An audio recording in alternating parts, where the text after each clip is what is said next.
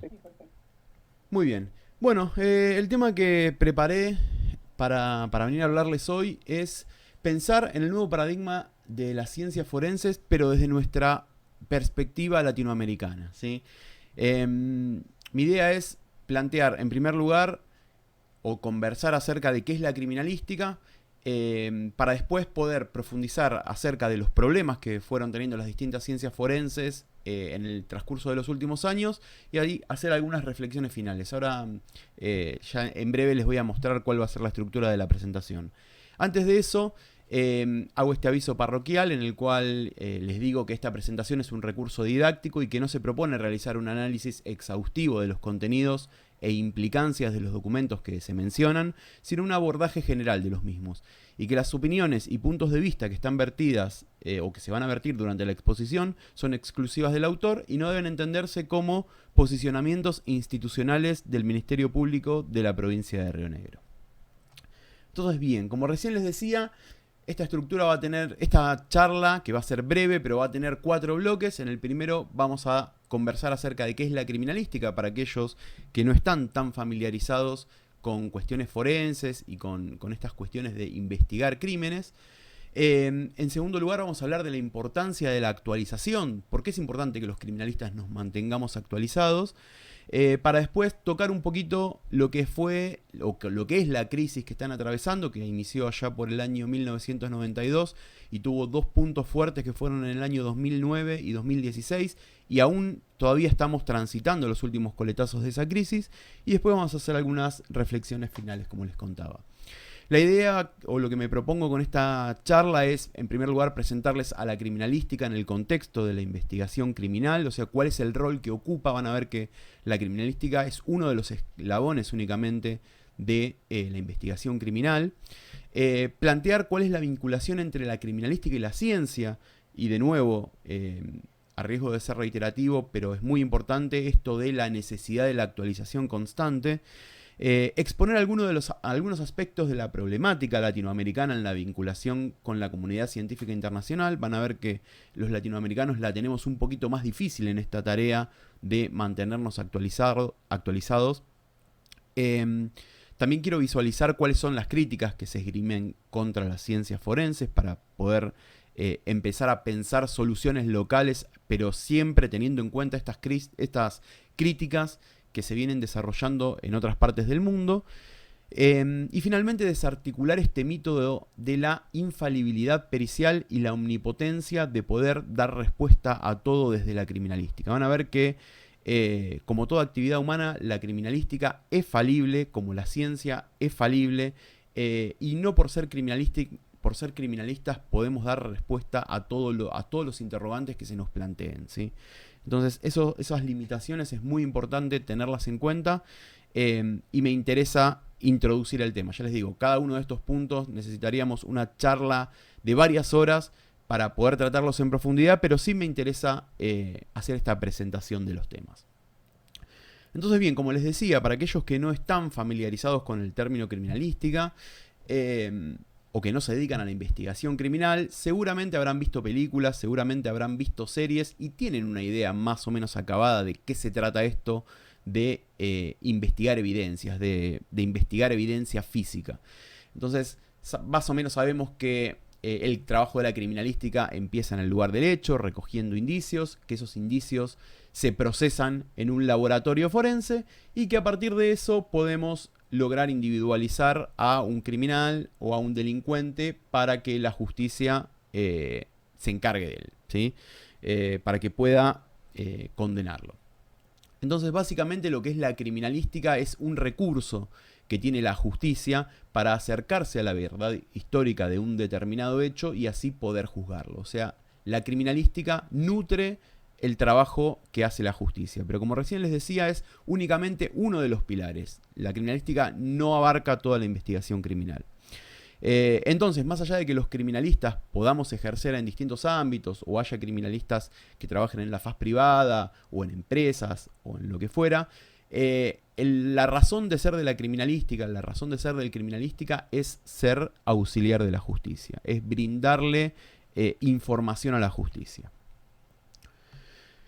Me gusta mucho esta metáfora del rompecabezas que plantean Bebel y Garner, que son dos criminalistas americanos, en uno de sus libros. Y ellos plantean que un hecho delictivo o que el trabajo del criminalista es como armar un gran rompecabezas, ¿sí? Cada una de esas piezas de las que está compuesto este rompecabezas serían los indicios materiales. Entonces, a partir de ir armando ese rompecabezas, el criminalista va a intentar responder, en el mejor de los casos, estos interrogantes que yo les planteo acá en pantalla. Es decir, ¿qué fue lo que pasó? ¿Quiénes fueron los que estuvieron involucrados en ese hecho? ¿Cómo se llevó a cabo? ¿Dónde se llevó a cabo? ¿Cuándo se llevó a cabo? ¿Y con qué se llevó a cabo? ¿Sí? Es muy importante que tengan en cuenta que el porqué no lo va a investigar la criminalística, el porqué de un hecho delictivo lo va a investigar la criminología, ¿sí? Pero bueno, en este juego o en este intento de poner en orden las piezas y de comenzar a armar este rompecabezas, la particularidad que tenemos los criminalistas es que nosotros no tenemos ningún modelo de referencia, es decir, no tenemos esa tapa del rompecabezas donde nos dice que tenemos que armar determinado paisaje o que podemos con el cual podemos ir guiándonos para ir acomodando nuestras piezas, ¿sí? Es decir, es un rompecabezas del cual no tenemos ningún modelo de referencia y que a su vez también le faltan piezas, ¿sí? Es un rompecabezas incompleto. Tengan en cuenta que esa verdad histórica a la cual nosotros tendemos a llegar va a ser siempre incompleta. Lo que va a poder reconstruir la criminalística son eventos parciales, segmentos parciales de ese hecho histórico, ¿sí? Van a existir lagunas donde va a haber incertidumbre. Entonces no vamos a poder reconstruir un hecho como si lo estuviéramos viendo en una película, de bueno, ingresó por acá, se agachó, se dio vuelta, miró para allá, escuchó tal cosa, sintió un ruido, rompió acá. No. Cuando las reconstrucciones criminales, cuando las reconstrucciones que hacen los criminalistas empiezan a tener ese nivel de detalle, es cuando tenemos que empezar a poner el foco y ver en qué se justifica para hacer esa clase de aseveración, ¿sí? Entonces, la criminalística o parte del principio de incertidumbre, del saber que no vamos a poder reconstruir ese hecho que estamos investigando como si fuese una película. Entonces, por eso decimos que a ese rompecabezas le van a faltar piezas. Y a su vez, como si eso no fuese suficiente en el nivel de complejidad, también en ese rompecabezas que nosotros estamos armando vamos a tener mezcladas piezas de otros rompecabezas. Entonces nosotros vamos a tener que tratar de, en primer lugar, separar las piezas, saber cuáles son las que nos van a servir para nuestro juego y a partir de ahí empezar a construir, empezar a armar, ¿sí? Siempre con la intención de responder de la forma más acabada posible estos 6 interrogantes que yo les pongo en pantalla, sabiendo que vamos a tener lagunas de incertidumbre y que de acuerdo a cuál sea la calidad de nuestra información, la calidad del resultado pericial que nosotros tengamos, la calidad del procesamiento del lugar del hecho que se haga, la calidad de indicios y la cantidad de indicios que se puedan recolectar, vamos a poder lograr un juego más terminado o más completo, más o menos completo, de acuerdo a esto básicamente, a la calidad de información con la que nosotros contemos, ¿sí? A la calidad que tengan cada una de esas piezas. Bien, entonces, ¿de qué se va a nutrir la criminalística? Para responder esas preguntas que nos hace el fiscal a nosotros. Bueno, básicamente de la ciencia y del método científico, ¿sí? Y esto es muy importante. ¿Por qué se va a nutrir de la ciencia? Básicamente porque la ciencia es la menos imperfecta de las formas que tenemos disponibles para comprender la realidad que nos rodea, ¿sí? La ciencia no es un producto final, la ciencia se reconstruye todo el tiempo. Lo que hasta hoy es una verdad, mañana quizás con nuevo conocimiento deje de serlo, o se modifique, o cambie. Entonces, por eso decimos que la ciencia es imperfecta, porque no da respuestas 100% certeras. Siempre maneja determinados grados de incertidumbre, existen esas lagunas de incertidumbre, pero aún así es la mejor forma que tenemos para conocer o para explicar nuestro entorno. Entonces, de ahí a que la justicia se nutra de la criminalística y la criminalística haga ciencia para poder llevar a juicio, ¿sí? Entonces, como les decía, el conocimiento que se va a construir, que va a construir la criminalística debe darse siempre dentro del marco de la ciencia y respetando las reglas que impone el método científico. Es decir, no alcanza con decir, bueno, yo soy criminalista, lo que yo diga es científico porque soy criminalista. No, no, no, no. Yo tengo que primero cumplir determinadas reglas que me impone el método científico y después tengo que poder dar una explicación y una demostración transparente de cada una de mis conclusiones, si hice verdaderamente ciencia. Porque no va a ser la primera ni la última vez en que un perito se siente a declarar en un juicio y asevere cualquier barbaridad en nombre de la ciencia. Y entonces, como los que están alrededor, tanto jurados, jueces, fiscales o los que sean, son legos en ciencia, porque para eso está el perito justamente, se toma como si fuese... Se le da una investidura al perito en nombre de la ciencia que en verdad no tiene. Entonces, esa es quizás la parte más difícil que les toca a los abogados, en poder diferenciar el buen perito del mal perito, el perito que verdaderamente está haciendo ciencia de aquel que no hace ciencia o es un charlatán. Entonces, bien, el trabajo del criminalista va a ser básicamente interpretar los indicios materiales en su contexto, cada indicio, como recién les decía, en esta suerte de rompecabezas, para poder construir una hipótesis sólida sobre la mecánica del hecho que se está investigando, que refleje la mejor explicación posible con la información disponible, ¿sí? De nuevo, hacemos hincapié en las limitaciones, en que de acuerdo a cuál sea la calidad de la información yo voy a poder decir más o menos, pero no voy a poder llegar siempre a reconstruir una verdad histórica de punta a punta como si la viéramos en una película.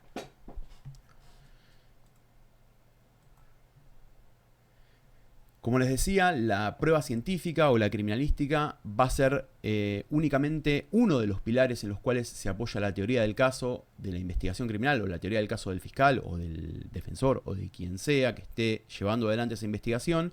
Los otros dos pilares que también son importantes, tanto como la prueba científica muchas veces, son la prueba documental y la prueba testimonial. Por eso tenemos que ser, sobre todo los criminalistas, que muchas veces nos arrogamos esto de que, los hechos solamente se esclarecen a partir de la criminalística. No, no, no. La prueba científica es una pata importante de esta investigación, pero también existe prueba documental y prueba testimonial para apuntalar esa teoría del caso, ¿sí? O sea, la prueba científica aporta hasta donde puede.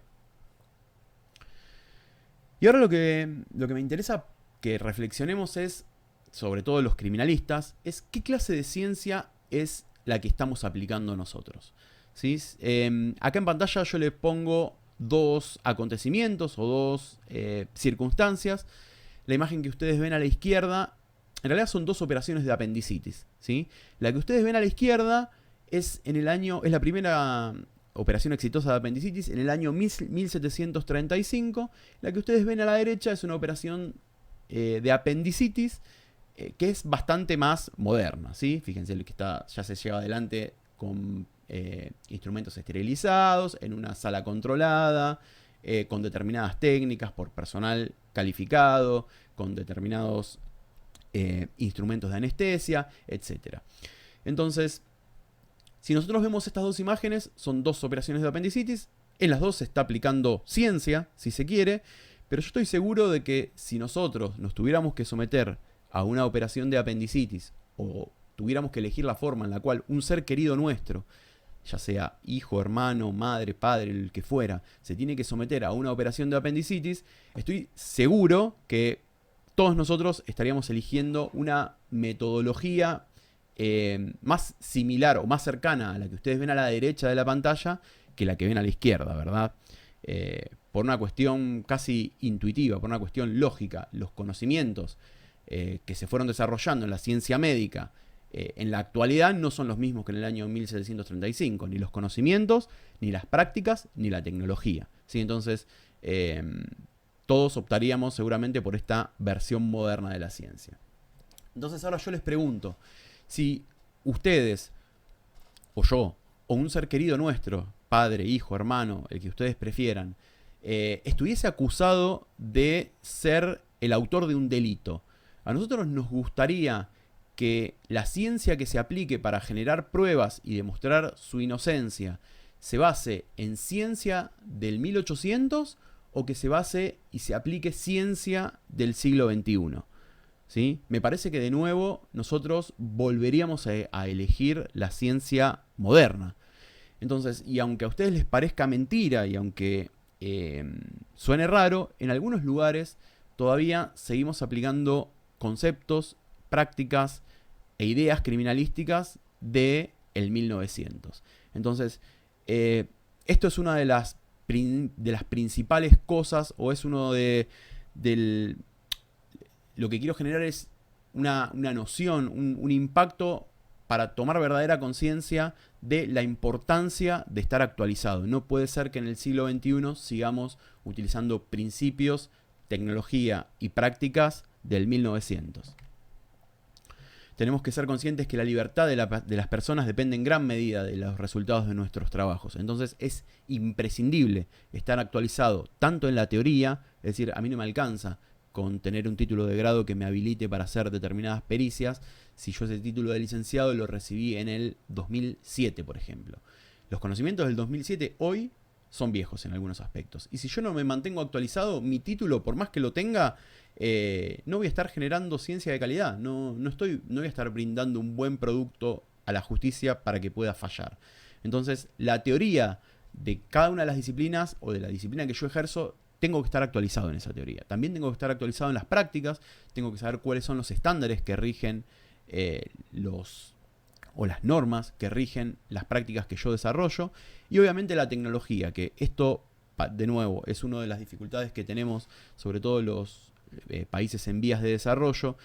Muchas veces no depende del perito, porque va a depender de la tecnología o de los recursos que tenga la institución en la cual yo formo parte, y a su vez tenemos un peligro que es el de la venta de espejitos de colores, como yo puse acá, en que muchas veces se intenta disfrazar o se intentan vender recursos supuestamente tecnológicos y que van a resolver y que van a ayudar, y no son más que eso, espejos de colores que no atacan el fondo de la cuestión, que no hacen un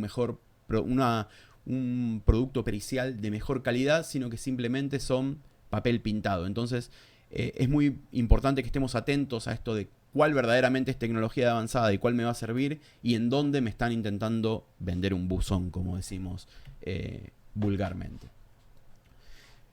Bien, entonces, uno de los desafíos que nosotros, en realidad, como recién les decía, más allá del desafío de estar actualizados en cuanto a tecnología, los criminalistas latinoamericanos nos enfrentamos a otros dos desafíos que son más intelectuales, y estos sí los tenemos que encarar de forma personal.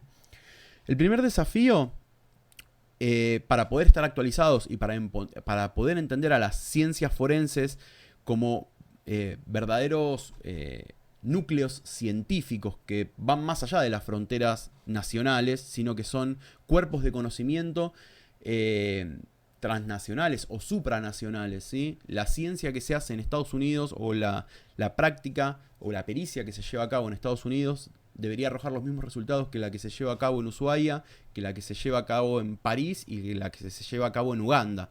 Es decir, los resultados científicos tienen que tener reproducibilidad. Entonces tenemos que mirar a las ciencias forenses como eso, como algo que está más allá de las fronteras nacionales. Y el verdadero desafío al cual nos enfrentamos el primer desafío al cual nos enfrentamos los criminalistas latinoamericanos, es a este de correr el foco de la bibliografía y de las prácticas latinoamericanas y de la bibliografía tradicional que nosotros consultamos o con la cual nos formamos en español, y empezar a mirar los desarrollos que se vienen haciendo tanto en Europa y fundamentalmente en Estados Unidos. Y acá es donde surge el segundo problema. Estos desarrollos que se vienen haciendo tanto en Europa como en Estados Unidos se desarrollan en idioma inglés. La ciencia, nos guste o no, habla en inglés. Entonces, acá es donde, como les decía, el segundo desafío consiste en superar esa barrera idiomática que nos representa el idioma inglés. Si queremos estar actualizados, si queremos estar al tanto de cuáles son los últimos avances, tanto en teoría de las disciplinas como en tecnología, tenemos que poder sortear esta barrera que nos plantea el inglés.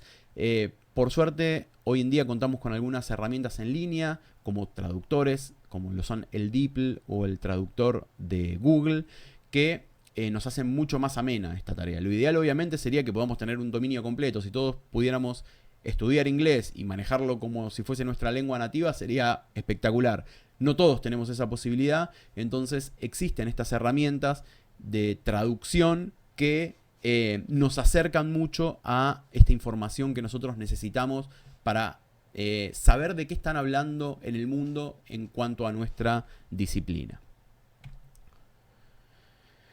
Bien, ahora quiero hacer un breve pantallazo acerca de esto que yo denominé crisis de las ciencias forenses, y como les contaba al inicio, se desató entre el año 1992 y el año 2016, y para eso quiero, bueno, antes de meterme en los 3 factores que les quiero mencionar o de los que vamos a tratar, basta con hacer una búsqueda rápida en Google para encontrar artículos tanto periodísticos como académicos o científicos que hablan acerca de problemas en las ciencias forenses, que hacen llamados de incorporar más ciencias en las ciencias forenses, que hablan de cambio de paradigma, de revisiones, de otras perspectivas, de errores en ciencias forenses. Entonces, con una búsqueda rápida en Google nosotros podemos darnos cuenta de que hay algo que no viene bien, de que no está bien. A esta crisis o a esta situación que atravesamos actualmente, llegamos fundamentalmente a partir de estos 3 acontecimientos, como les mencionaba hace un ratito. El primero es la creación de Proyecto Inocencia en el año 1992. Proyecto Inocencia, para aquellos que no lo conozcan, es una organización sin fines de lucro que a lo que se dedica es a revisar condenas erradas de personas inocentes que están encarceladas de forma injusta, ¿sí?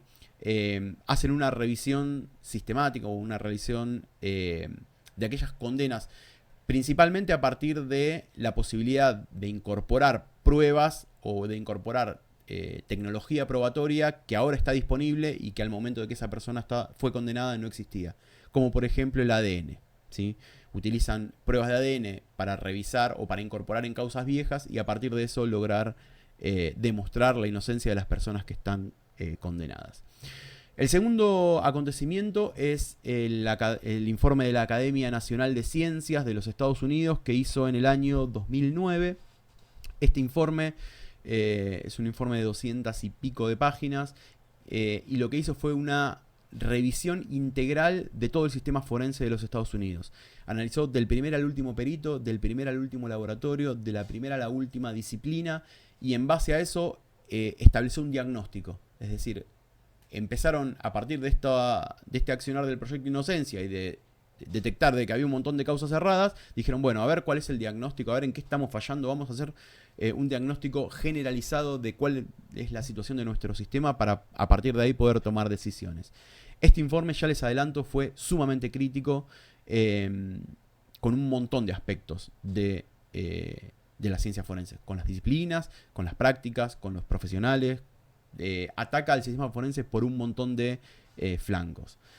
Y el último es el informe del Consejo de Asesores Presidenciales en Ciencia y Tecnología, también de los Estados Unidos, que recoge el guante o toma la posta en realidad de lo que había hecho el informe de la Academia Nacional de Ciencias en 2009 y lo que hacen es evaluar la validez de los fundamentos científicos de 7 disciplinas forenses. Es decir, se enfocan únicamente en 7 disciplinas y esas 7 disciplinas ven qué tan científicas son, básicamente. Y esto nos lleva a otra metáfora que la planteó el profesor Itiel Dror, que es un profesor inglés que se dedica al estudio fundamentalmente de lo que son los sesgos cognitivos y de la forma en la que estos sesgos cognitivos afectan la toma de decisiones, fundamentalmente en el ámbito de las ciencias forenses. Y él plantea que todas estas críticas que hizo la Academia Nacional de Ciencias y que hizo el informe PICAST, que fueron los dos muy duros en un montón de aspectos, atacaron en un montón de aspectos a las disciplinas forenses que hasta ese momento venían transcurriendo desde, ya les digo, fines del 1800 hasta el año 2006 sin demasiados sobresaltos. Él plantea de que hace una analogía o plantea la metáfora del elefante en la habitación. ¿Qué quiere decir con este elefante en la habitación? Que bueno, todos sabemos que está ahí, pero como que miramos para otro lado y nos hacemos los desentendidos, como si el no darle importancia hiciera que esos problemas desaparecieran. Entonces, a partir de estos reportes que yo les mencionaba, empezamos a ver y empezamos a tener documentación fehaciente que hablaba de inconsistencia en los resultados forenses, de que había falta de reproducibilidad en las prácticas, falta de repetibilidad, conclusiones erróneas. Y todos como que hoy en día somos más o menos conscientes de que eso está ahí, pero tanto todos los actores que intervenimos en la investigación criminal, como que miramos para otro lado y no lo atacamos como verdaderamente deberíamos. Decimos, no, bueno, esto no, está bien, pero esos informes son problemas de Estados Unidos, eso acá no pasa, acá no nos equivocamos, no, acá no hay errores. Bueno, eso puede pasar, pero allá lo vemos como un problema ajeno y no entendemos esto de la supranacionalidad de la ciencia, de las disciplinas forenses. Y sin embargo, nos encandilamos con tecnología o con representaciones 3D o con suerte de reconstrucciones de muñequitos que hacen determinada cosa, como si eso fuera verdaderamente el fondo de una cuestión, y sin embargo son cuestiones de forma que no atacan la verdadera problemática que hoy están atravesando las disciplinas forenses. Entonces, de ahí es que viene esta metáfora del elefante en la habitación. Bien, ya hablamos de que existen, de que lo que hace la ciencia es aplicar, lo que hace la criminalística es aplicar ciencia, y de estos tres factores. La aparición del Proyecto Inocencia, el informe de la Academia Nacional de Ciencias y el informe PICAST. Ahora me interesa solamente tirar algunos conceptos de cada uno de estos tres elementos. Fíjense, si esto lo pueden chequear ustedes mismos entrando en la página del Proyecto Inocencia. A la actualidad, esta organización en Estados Unidos solamente logró 375 exoneraciones, es decir, 375 personas que estaban condenadas de manera injusta, 21 de los cuales eran condenados a muerte, y en el 43% de estos casos existía aplicación defectuosa de las ciencias forenses. Cuando hablamos de aplicación defectuosa de las ciencias forenses, hablamos de evidencia forense que era poco fiable o inválida, o declaraciones engañosas de los peritos, es decir, disciplinas que eran presentadas como ciencia y no eran ciencia en realidad, o declaraciones de los peritos que afirmaban cosas que científicamente no se pueden defender. Por otro lado, también había equivocaciones cometidas por los peritos o directamente inconductas. Acá ya en las inconductas habla de una mala fe de esos peritos que testificaban. Entonces, el 43% de esos 375 exoneraciones eran problemas de ciencia forense defectuosa. Para profundizar más, o a los que les interesa el tema, les recomiendo la serie Innocence Files, que está en Netflix y plantea un montón o desarrolla un montón de estos casos en los cuales intervino el Proyecto Inocencia. El informe de la Academia Nacional de Ciencias es ese segundo punto que yo les mencionaba, también sumamente crítico. Habla de que hay muchas disciplinas que son más bien empíricas, son más empíricas que científicas. Habla de que existen errores, a pesar de que hay peritos que dicen que sus disciplinas son infalibles o que tienen 100% de certeza, o error cero, o error despreciable. Cuando se dedicaron a chequear a los peritos, se dieron cuenta de que eso no era así, de que existían grandes tasas de errores. El informe de la Academia Nacional de Ciencias es uno de los primeros en plantear este problema de los sesgos cognitivos en la toma de decisiones de los peritos, es decir, cuando los peritos... Pues también el tema de sesgos cognitivos es un mundo aparte y nos demandaría un montón de tiempo profundizar, pero los sesgos cognitivos son interferencias o son estímulos a los que están expuestos los peritos de forma inconsciente, y esos estímulos afectan las conclusiones a las que llegan. Lo grave de estos sesgos cognitivos es que no se pueden bloquear de manera voluntaria. Yo no puedo por mí mismo decir, bueno, no, yo no tengo sesgos, o voy a dejar de lado los sesgos, sino que nos afectan de forma inconsciente, y de ahí la dificultad en su mitigación. Y otro de los puntos que destaca es que no existían estándares, es decir, que las mismas prácticas, cada laboratorio las realizaba como quería, no había una uniformidad de criterios. O sea, esto es solamente como les decía, un pantallazo muy por arriba de las críticas que hace. Cuando se dedicaron a analizar cada una de las disciplinas, yo acá se las presento en una suerte de semáforo.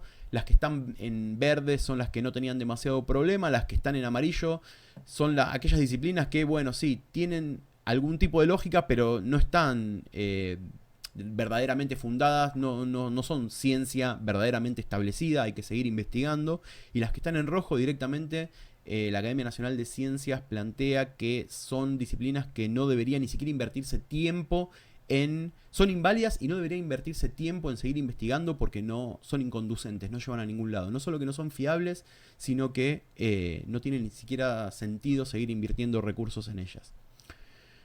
El otro informe, el segundo, el de la Academia, el del Consejo Presidencial en Ciencia y Tecnología, habla de los métodos de comparación de características, aborda 7 métodos de comparación de características y lo mismo, vuelve a atacar las conclusiones de los peritos diciendo que esas afirmaciones de 100% de certeza o de error cero o despreciable no son sostenibles científicamente.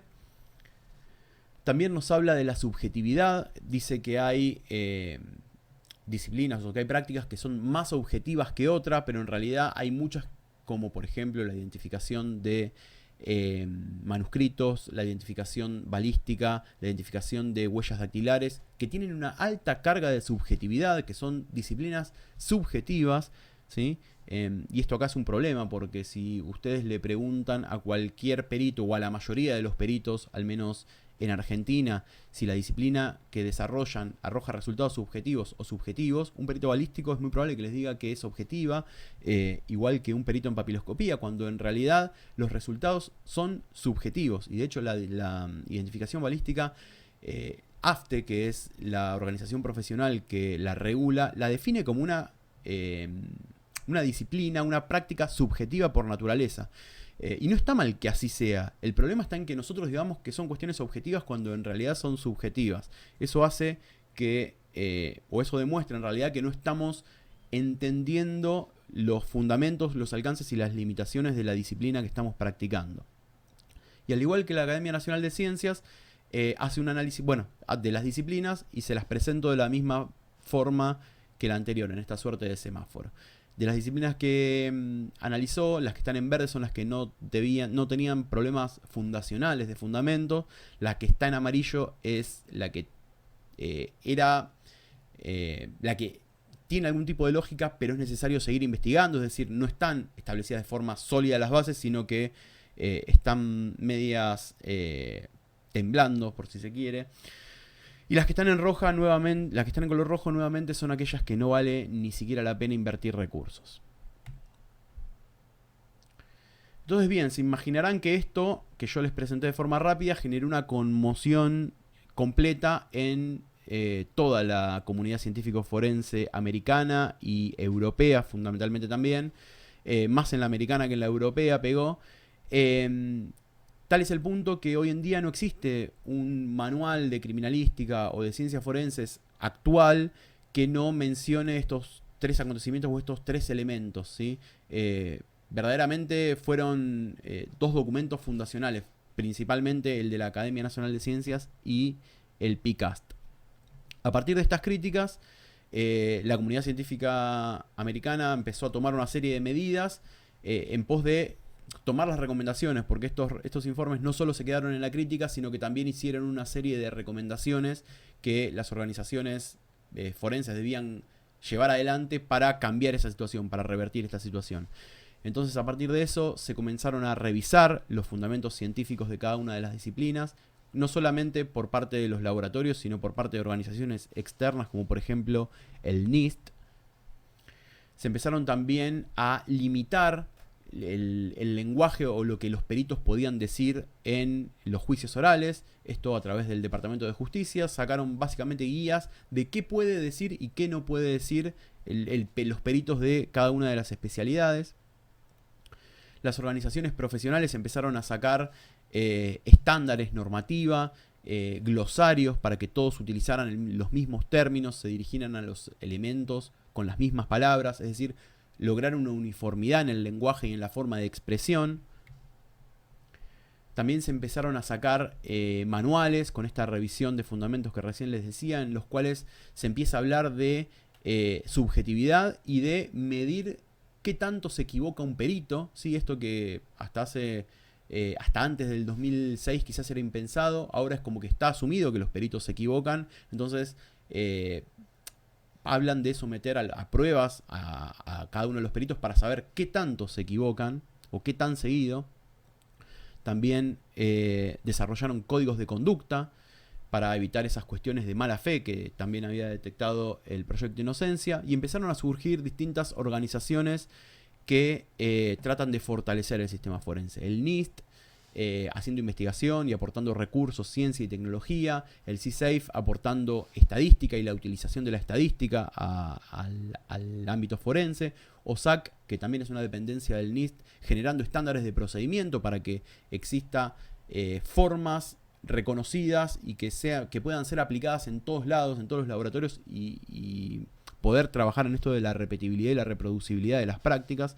Como también empezaron a surgir organizaciones de abogados o más vinculados a lo legal, como el Centro de Integridad de las Ciencias Forenses, es europeo, o el Centro Wilson para la Ciencia y la Justicia, que es una organización similar al Proyecto Inocencia. Y el Proyecto Inocencia no solo se desarrolló en los Estados Unidos, sino que también comenzó a expandirse en todo el mundo, y de hecho nosotros en Argentina tenemos una filial de Proyecto Inocencia. También se comenzó a fomentar la publicación científica con revisión de pares. Hay un montón de revistas científicas, de journals científicos de calidad, que esto es lo importante, con sistemas de revisión de pares previo a la publicación, que publican o que ofrecen información de calidad, y esta información se vio incrementada a partir de esas críticas del año 2006 y 2009 y 2016. Y entonces, bien, todo esto que les presenté de manera rápida me lleva a estas 5 consideraciones finales que me interesa que cada uno de ustedes se lleve de esta charla. En primer lugar, que la ciencia le ofrece a la justicia algunas respuestas, pero tiene limitaciones. Y los criminalistas tenemos la obligación de reconocer estas limitaciones y de transparentarlas, de ponerlas sobre la mesa. La única forma de poder brindar un resultado de calidad es entendiendo que nosotros tenemos limitaciones, y esas limitaciones se las tenemos que plantear a quien nos hace los interrogantes. Cuando hay cosas que no se pueden responder, hay que decir que no se puede responder. Segundo, que la ciencia no es infalible ni ofrece respuestas absolutas de 100% de certeza, ni de formulaciones similares como error cero, error despreciable. Siempre existe incertidumbre en las conclusiones a las cuales llegamos. El problema está en que en algunas disciplinas se puede medir esa incertidumbre y en otras no tenemos método de medirla, como por ejemplo la identificación balística o la identificación de huellas dactilares. Existe un margen de incertidumbre, pero no podemos explicitarlo. En tercer lugar, que existen disciplinas forenses que son subjetivas. La subjetividad está presente en las disciplinas, como por ejemplo el análisis de arma de fuego, de manuscritos, de huellas dactilares, etc. En cuarto lugar, que tan importante como la aplicación de la ciencia, es decir, que lo que yo informe a la justicia esté verdaderamente fundado en ciencia, y que yo no sea un charlatán que me lleno la boca en nombre de la ciencia, hablando de ciencia, pero no aplico nada del método científico. Tan importante como aplicar ese método científico es la actualización de los fundamentos de las disciplinas, de los fundamentos, de las prácticas y la tecnología. Cualquiera de estas 3 patas que me falle, lo que voy a tener como consecuencia es un resultado de mala calidad. Y finalmente, esto que yo les decía, no alcanza con decir yo hago ciencia, mi conclusión es científica, sino que tengo que demostrar que mis resultados se ajustan a las reglas que me impone el método científico. Y ahora sí, para cerrar, siempre me gusta cerrar las charlas con una frase, y hoy encontré esta que me parece que se ajusta bastante a estos problemas a los cuales nos estamos enfrentando los criminalistas. Y ya en el año 1891 Sherlock Holmes hacía una explicación perfecta de lo que hoy conocemos como el sesgo de confirmación, y nos decía que es un error capital teorizar antes de tener datos. Porque sin darnos cuenta, uno empieza a deformar los hechos para que se ajusten a nuestras teorías, en lugar de ajustar las teorías a los hechos que se nos presentan.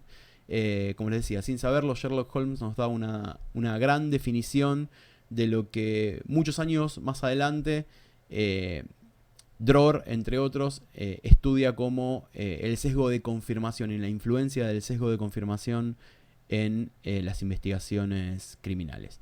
Acá les dejo un código QR donde, si les interesa seguir profundizando sobre estos temas, pueden acceder a mucha información, incluso algunos de los reportes que yo mencioné durante la charla y algunos otros documentos que bueno, están disponibles para quien guste descargarlos.